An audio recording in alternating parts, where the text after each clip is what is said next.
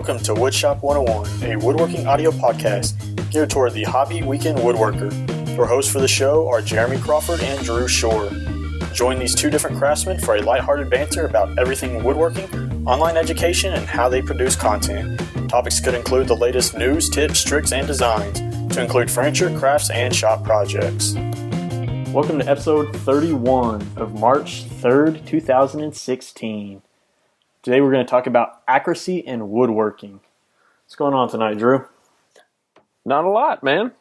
We actually had a neighborhood watch meeting that we just got back from about an hour or two ago. Oh, you're on the neighborhood watch. That's so cute.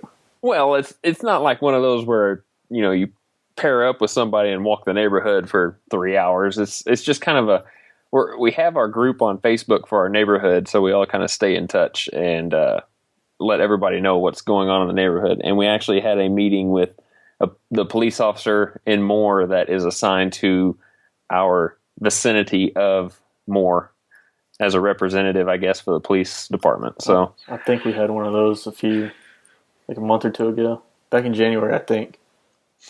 It was pretty cool. I didn't attend. Well, it was pretty cool. We got to exchange a lot of information and got to meet a lot of the neighbors that are around here too. So that's pretty neat. Yeah, we do a national night out event, and that's exactly what like that is. Is we have like one Harris County Sheriff's Department deputy that's assigned to us, and he's always sitting out in the church parking lot down the street. so you know where not to speed, because that's where he's gonna be sitting. Speed trap. Yep. So, all right. Well, what's going on in your shop? Have you done much?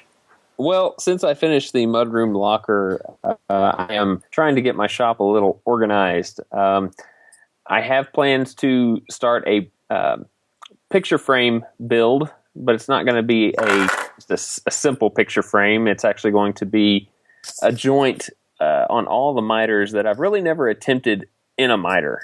I've done dovetail keys and splines, but I've never done this particular joint. And I brought it up in SketchUp just so I could get a visual of how it's going to look and how it can come together.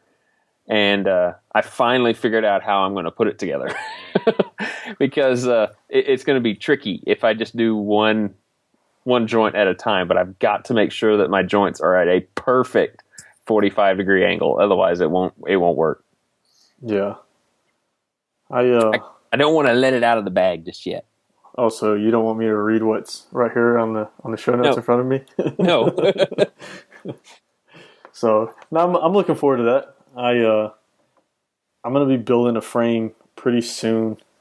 I'm actually going to make my own art piece to go in it. So it's been on the back of my mind for, I don't know, a year at least. And I think I'm going to finally get around to doing it, if I can get it to turn out the way I want. Leading into that, I have completed the sofa table. Woo, man. Do I need to call the newspaper? You will never see pictures of it. Oh. Because if you remember on the last show, I told you, if it doesn't turn out, nobody will ever see it.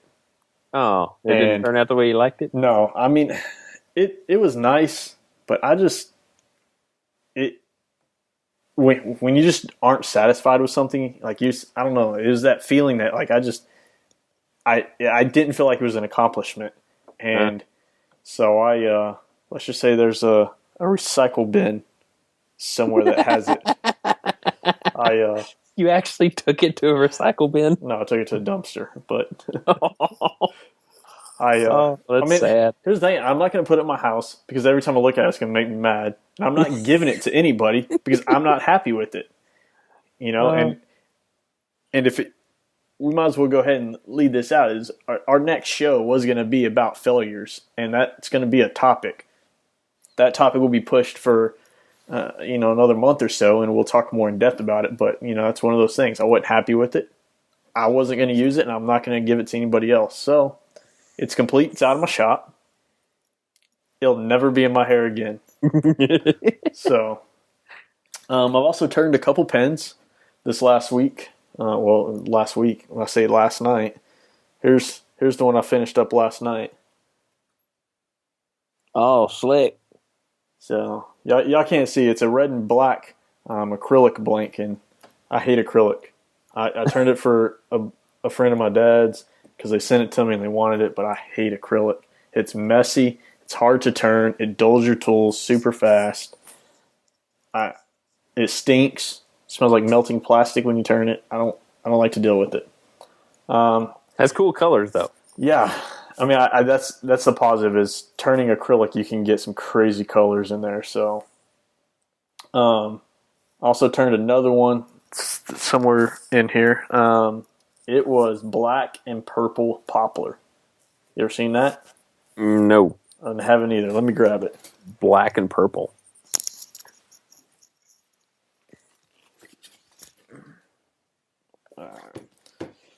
Once I turned it down, I mean, you could tell it's not green poplar, but the bigger pieces you can see more purple.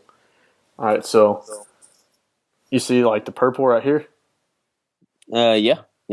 and then how it's all darker. It's darker. Oh yeah, I see it now. Yeah, see, so it's black and purple poplar. A friend of mine on Facebook got a bunch of it in, and he sent me a piece of it, and it's actually pretty cool stuff. And I love poplar because it turns so fast, so easy. So, however, tonight I was working on a salt and pepper shaker, like a little mini grinder, and the same guy sent me some old reclaimed. I'm pretty sure it was reclaimed cedar, and I couldn't get the grinders done. It was just so old and dry. And cedar, cedar's very light and it splinters real easy. Once it dries out like that, it just chips off and explodes out. So I ended up having to scrap that. And when I get back next week from out of town, I'm going to have to figure out some other blanks that I'm going to use. It's kind of hard because you got to buy bigger blanks. Like a minimum is like 2.5 or 2 1/4 square by 3 1/4 long. So it's not like, I mean, you can laminate stuff together, but I prefer not to do that. So I got to find some like 8/4 stock to do. Well, those are cool looking though. Yeah, turning. You need to get into it. You got your lathe up. You need to get it done. I'm going to work on it. I've actually, after this picture frame project, then I've got a chair to repair. Somebody that I work with, actually she works for me, her boyfriend broke one of their dining room chairs. He just kind of got mad and slammed it on the ground and broke some of the spindles off in the adjoining leg. And I'm going to have to drill out the tenon that's inside the leg and then duplicate the spindle. And yeah, for somebody that's never worked on a lathe before, it's kind of ambitious. Yeah, but it's fun. It's definitely wear a face mask, a shield. I got one. So it's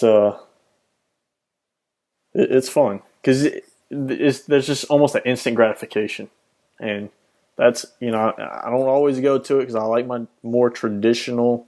I say traditional turning is very traditional, but I like my more or bigger like furniture projects. Every once in a while, I just need that instant gratification. Go turn some stuff. So yeah, because I definitely did get instant gratification with that mudroom locker. That took a while. Yeah. So all right. Well, let's. We have a little bit of kickback from Alabama Woodworker. If y'all remember from last show, he was talking about Taylor tools, and we got online and we didn't actually find any of the products that he was talking about. Well, he sent us another voicemail, giving us more feedback on how we can find those tools. So let's play that voicemail real quick.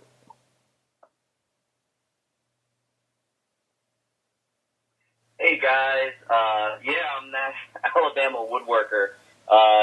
Just so you know, actually my name is Huy. It's a Vietnamese name, and sorry about not putting my name on there. That was kind of silly. But I got a little bit more clarification. Sorry that I wasn't more clear on that website, taytools.com. He actually has an eBay store that has all of his double square squares and squares and factory second stuff. His website is more so the stuff that is not factory second, but the eBay store is definitely factory second stuff. I can't remember the name of his eBay store, but my guess is that it is K Tools as well. But anyway, really should check it out, man. They've got a lot of stuff on there that they've always got an inventory of stuff. I mean, in fact, actually, just the other day, I picked up a 6-inch and 12-inch metric standard rule that was black anodized. I don't know, something like $12 for the 6-inch and $18 for the 12-inch. Sorry about that. Should have been more clear. Talk to you guys later. Bye-bye. Black anodized. I bet that looks cool. All right. Well, I'm here on eBay, and let's see. It was actually Taylor Tools, right? Mm-hmm. So let's see what they got here. See if I can find that. Finally, I don't know how to search for a shop. All right, well, I'll put the link in the show notes. And while Drew's answering this next question, I will do a little more searching and see if I can find it. And then we can chat a little bit about it. But this next voicemail is actually from the same guy. But he now has a accuracy question. Mm-hmm. So let's take a listen to that, and then Drew can answer it. Hi, guys. My name is Hui Huyn. I'm here in Huntsville, Alabama. Love your show. Thanks for putting it up. Got a quick question for you. Built a cross-cut sled a couple of weeks ago, and, I tested it out, did the whole 5-cut method. And I'm still only able to get, say, if I'm making a 14-inch, 15-inch cut, I'm within 0.04 of an inch. And I guess my question to you guys is, when are we just sort of chasing perfection? In which case, there's no return, sort of an infinite regress, I guess, to a certain extent. But I'm getting let's say I'm taking a 3-inch cut that's 14 inches long. At one tip, I might get it at 2.996 inches, and then maybe the bottom will be 3 inches exactly. What's tolerable for you guys, and when are we kind of just chasing our tail? Anyway, thank you for everything you guys do. Take care. Bye.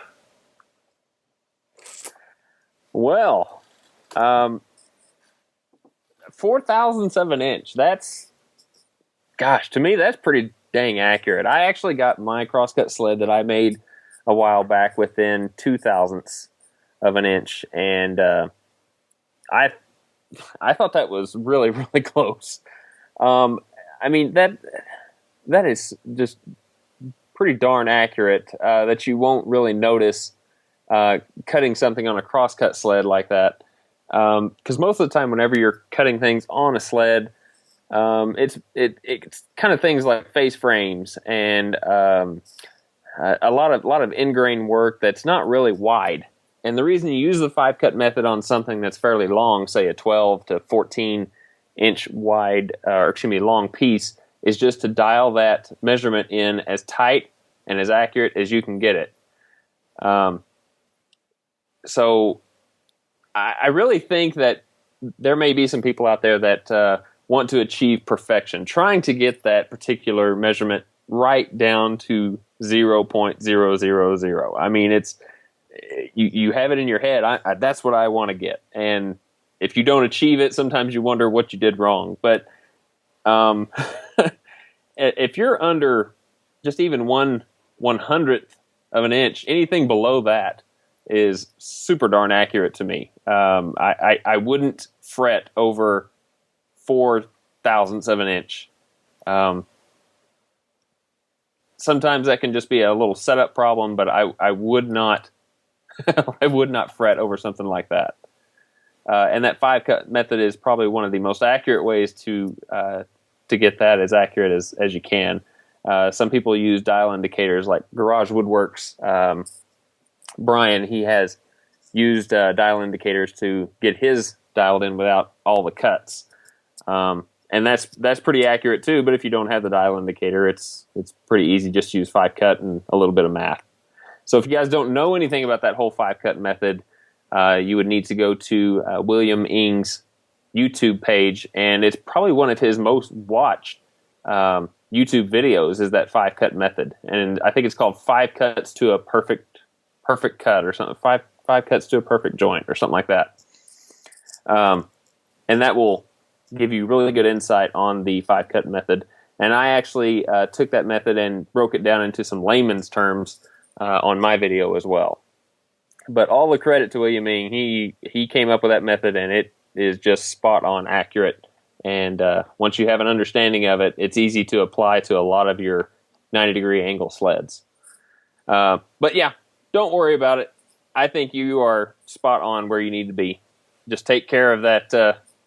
Just take care of that sled and try not to bang it around anymore. Any luck on your eBay thing there, Jeremy? I see you just been really studying your computer there. Oh, I found it.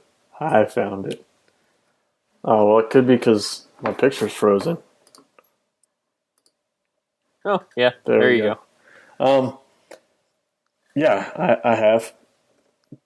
To put my spin on your answer there, without going the long way, if you're within 4/1000ths of an inch, you're as accurate as I need to be. If you get any more accurate, you're going to be pushing perfection, and I'm pretty sure I don't know anybody that's perfect. I think one way you could help eliminate the error is, instead of using wood, like whenever you adjust for your error, what I did was take a piece of wood and cut it down to a point, much like William Ing did, and I used pine, I believe, in my feeler gauges. But you could probably use metal if you didn't want the give of wood.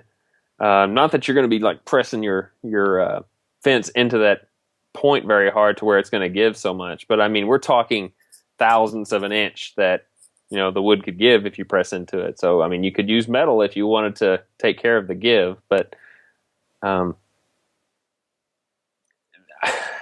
don't know. I don't think I've ever seen anybody get 0.000. I mean, it's really hard to achieve. Yeah. And the slightest bit of knocking the fence around, moving it from one piece of equipment to another, like where you're going to store it, that could throw it off a thousandth of an inch. I mean, it's crazy to try and achieve that perfection. But if you're within 4/1000, yeah, I think you're good. Yeah. All right. Well, I did find his store, and I will post the link in the show notes. But just to say, wow, it's there's some good stuff on here. Some really good stuff.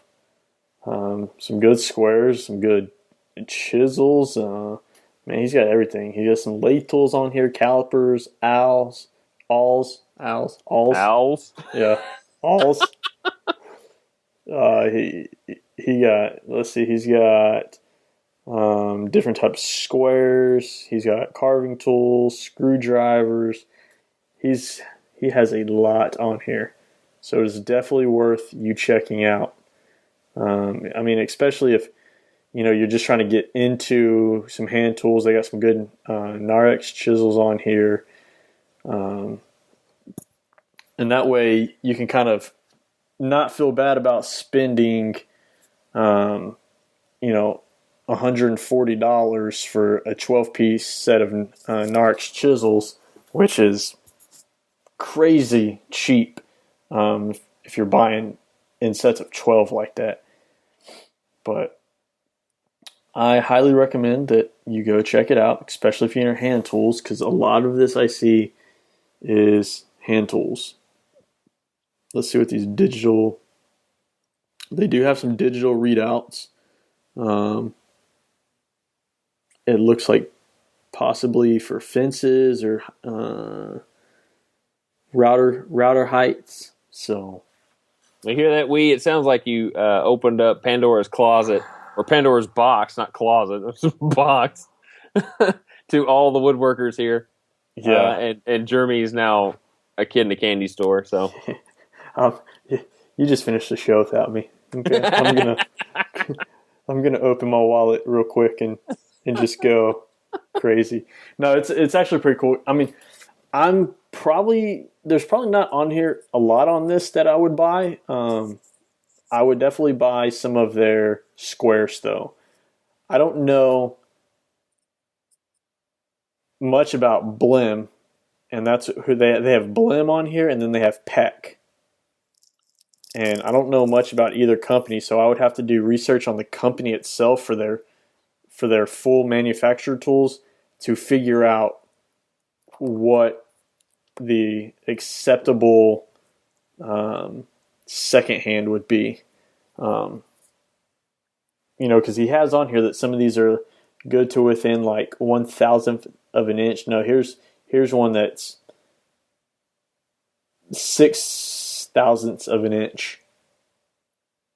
Let's see, no. Yeah, what's decimal 0006? thousandths. That's three places. You said 0006? That would be millions. That'd be what, 10 thousandths?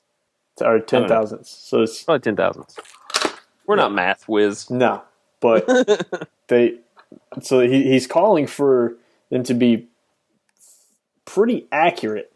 And there's nothing, I mean, it's no harm, no foul. You can pick one up on here for like anywhere from like $10 to $25 and kind of give it your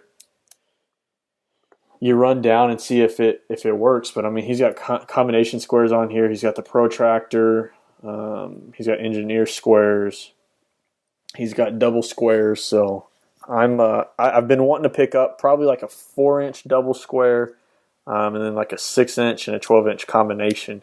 And so I'll probably pick those up, and I could pick up all three of them for less than $60, and $60 would buy me like a 4-inch double square of Starrett. And it may get me, as long as it gets me a few years down the line, it's worth the money. So, I mean, if you haven't followed Matt Cremona, like he just got like the 18-inch or the 24-inch Starrett, and that thing's like massive. Did you see that picture that he had on Instagram? Oh, yeah. I just wanted to fly up there and punch him and take it. Hear that, Matt? Watch your back. Taking your Starretts. So I could just hear the laugh. Yeah. All right. We haven't talked since since I went to the woodworking shows this last week. Man. Oh yeah, how'd that go? It's it's awesome. I wish I would have had more time there. Unfortunately, I had to work and I couldn't cut out early enough to go. I didn't go at all Friday. I didn't go at all Saturday because I was busy in the shop trying to get that sofa table done.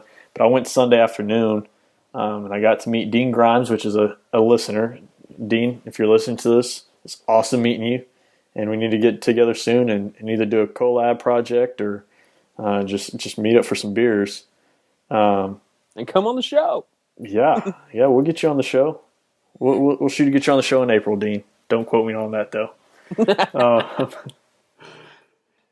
But it was awesome. I mean, just a world of different atmosphere, and for $10 to get in, you had, I don't know, when I showed up, they had like four different classes going on. You had the entire marketplace. They had the bandsaw giveaway, which I will give you preemptive so you can go ahead and start planning. If you want to win the bandsaw, you have to be there Sunday at 2:30. And that's when Carter Tools does the bandsaw drawing. If you are not there, you have 60 seconds once they call your name. Whoa. To prove you are who you are with your ID. If you're not there after 60 seconds, they draw a new name. So plan, if you want to win the bandsaw, be there at 2:30 at the Carter booth and be waiting. So it was an awesome experience, and I wish I could have gone longer. I definitely wish I could make the Atlanta show and be in the Woodworker booth with you guys. But yeah, y'all enjoy it. Is it a huge show? The one here wasn't, because the venue that they ended up having it in is not the original one they were supposed to. They were going to have it in the convention center, which would have been bigger because they could have opened up all the partition walls. However, it was double booked, and the woodworking show got moved out to like one of the barns, which is still pretty big. They still had a lot of booths in there, but I would anticipate that it could probably be bigger. I think that some of the companies had to scale down their actual size of booths or the amount of products they had in there. But it was cool. Take your wallet. Yeah.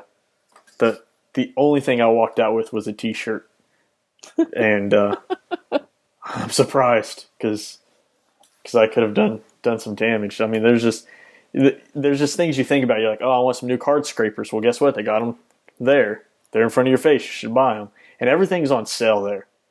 Everybody had a woodworking show price. Pretty. All right. Well, we just had a kind of a hiccup here. Call ended. And the recording stopped. So by the time Jeremy's got some editing to do. Yes, I do have some editing to do. And I'm not sure what happened. Drew's not sure. So we're gonna get this to where we can wrap it up, so we don't lose you and not end up being able to finish out the recording. Just know if the woodworking show's near you, plan on going because it's awesome. Great time. So, all right. Well, if you'd like to support the show, head over to our website at www.woodshop101podcast.com/listen and find the show notes for today's episode or any episode. Down in the show notes, you'll see a couple links for small one-time donations from PayPal. If you can't donate, send us a Facebook message, a tweet, Instagram, whatever. Just, give us some praise or preferably don't tell us we're doing bad. But hearing from you guys really makes all the difference, and being able to play these voicemails and have the questions really makes us feel like we've reached the point that we want, and that's to serve you guys better. So if you listen to the show on iTunes, or if you don't listen to it on iTunes, either way, head over there, give us a 5-star rating, because that helps us get onto the new and noteworthy page so more people can find us and we can get more questions from you guys. The last thing I have before I pass it off to you, Drew, is we just opened up an Instagram page. If you have an Instagram account, go over there and look for Woodshop 101 Podcast and like us, follow us, post pictures, comment. We want to get that Instagram page. We want to really grow it pretty quick so we can start posting pictures and really show like what we're doing in the community. I'm actually going to post something right now, as a matter of fact. Oh, yeah? Just take a selfie? Yeah. And you're in it, too. Can you actually see me? Yeah. Why didn't you tell me so I could at least, thumbs up or something? Well, I can do that again. But your picture's got to clear up because you're really fuzzy now. Well, maybe your computer's messed up. Ooh, you should record the video. Record a boom video at the end. So, all right, Drew, well, you want to give the contact information and we'll slide on out here and let them have a good weekend. Yeah, if you guys want to reach us here at Woodshop 101, the easiest way is to go to our website at woodshop101podcast.com/listen. And there you'll be able to find all of our episodes and contact information. You can find our email address. And if you want to reach me in particular, you can go to my website at rhwoodshop.com and just click on my contact tab at the very top, and you'll find all of my information there, including all of my social media, newsletters, things like that. And Jeremy, what about you? You can find me at countrysideworkshop.com, and you'll see links there on the homepage for all the social media. I've been the most active lately on Instagram. I think that Instagram's really making a new leaf, kind of turning the corner. You know, it was real big, kind of died out. I think it's getting real big again, at least in the woodworking community, in the DIY community. So you can find me there pretty much any time of the day, unless I'm sleeping. But then I'll probably still check my phone first thing in the morning. You can find me on Facebook. I'm somewhat active there. That's kind of slowed down. I try to steer clear of Facebook, but maybe once or twice a day, just because I was getting such an influx of comments and pictures, especially running a Facebook group, Woodworking with Countryside Workshop. But yeah, find me on Instagram. Find us on Instagram. Yeah. Very cool. All right. Also, we have a voicemail that you can also call. As you heard tonight, we had 2 voicemails to go through, which is very cool. And the number to reach us there through any cell phone, landline, anything is 409-234-3959. That's 409-234-3959. And if we get a voicemail from you that has a question that you want answered, such as the crosscut sled question from Alabama Woodworker, we would be happy to answer that for you on air. So, guys, that's pretty much it for Jeremy and I, and we want to thank you for listening and giving us comments, feedback, and we hope to hear more from you guys in the future. So until then, I want you guys to be safe in your shop, and we will talk to you very soon. 1, 2, 3. Boom!